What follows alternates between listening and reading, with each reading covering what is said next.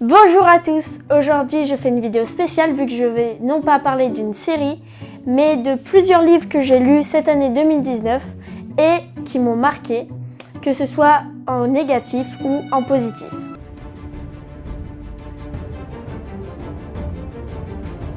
Le dernier sur ma liste est Eragon. Je sais pas si tu te souviens, mais j'avais déjà fait une vidéo sur ce livre. Et j'avais juste lu le premier parce que malgré le style fantastique que d'habitude j'apprécie, je n'avais pas du tout aimé cette série. Je sais que c'est une série qui a beaucoup de fans, mais moi personnellement je ne l'avais vraiment pas aimé. Je l'avais trouvé car dans ma bibliothèque il était bien mis en avant et j'avais lu beaucoup de bons commentaires sur lui. J'avais donc tenté l'expérience et je l'avais plutôt regretté.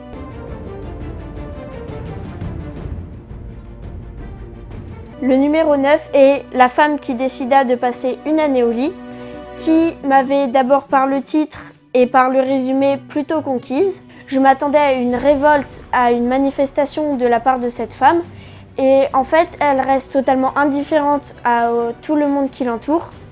Et il y a beaucoup d'histoires autres avec ses deux jumeaux et son mari qui ne sont pas forcément exemplaires. Donc c'est vraiment un livre que je n'ai pas du tout aimé. Celui-là, c'est ma mère qui l'avait emprunté pour le lire. Je lui ai vite piqué parce que, comme dit précédemment, le résumé m'intéressait, mais j'ai vraiment été déçue.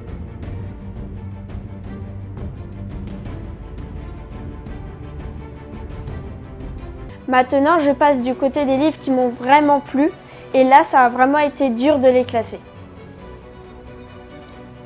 En numéro 8, il y a La part d'ombre des lumières, qui est un roman écrit par Sylvie de Mathuisieux.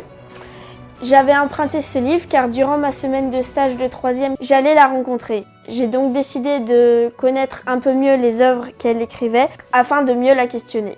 C'est donc une enquête policière mettant en scène une jeune femme revenue en Alsace. S'il est à la dernière place de mes romans préférés, c'est car il est quand même vraiment très court. On le termine assez vite et l'intrigue de fin m'a quand même plutôt déçue.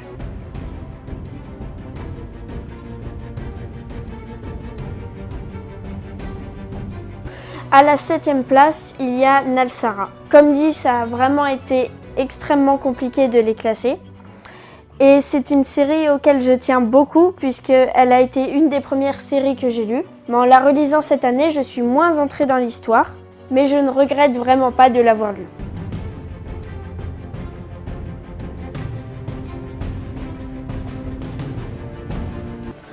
Le roman suivant est le roman À la croisée des mondes que j'ai lu cette année.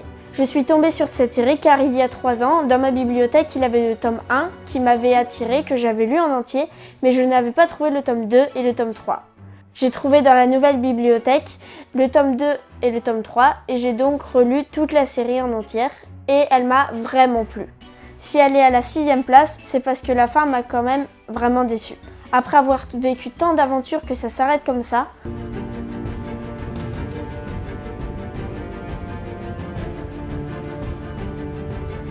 la série à la 5e place est Artemis Fowl. Artemis Fowl est une série de style fantastique mettant en scène un adolescent surdoué communiquant avec le peuple des fées. C'est une série qui m'a vraiment beaucoup plu, à laquelle je me suis vraiment attachée, mais il y avait quelques passages dans cette série qui m'ont vraiment paru longs et qui m'ont un peu ralenti dans la lecture.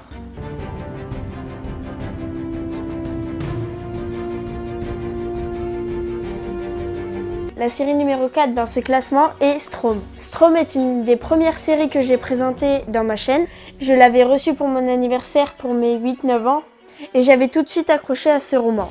Si tu veux plus de détails sur cette série, va voir ma vidéo au Hermène raconte 2 Strom.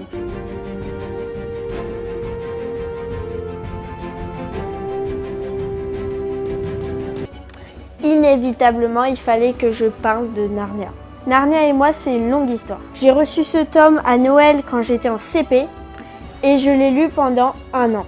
J'ai vraiment accroché à l'histoire où les personnages principaux sont à chaque fois des enfants, où c'est un monde magique mettant en scène un lion magnifique et des animaux enchanteurs.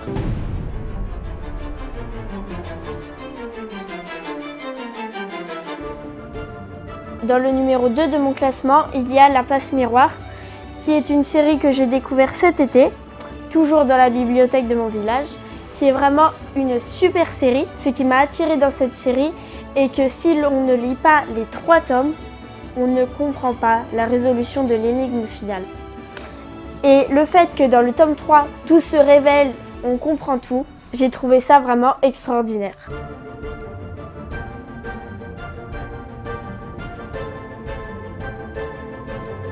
Et en numéro 1, je place une série que j'avais déjà lue il y a quelques années et que je suis en train de relire, qui s'appelle Les Chevaliers d'Émeraude.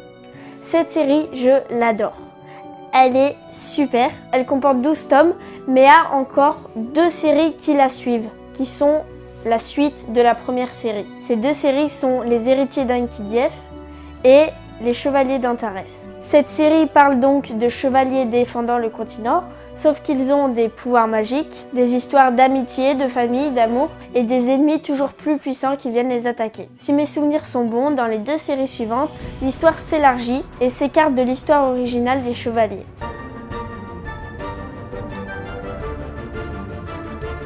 Et voilà, c'était tout pour aujourd'hui. J'espère que ça te donnera des idées de comment trouver un roman qui peut te plaire. N'hésite pas à demander conseil à ton bibliothécaire.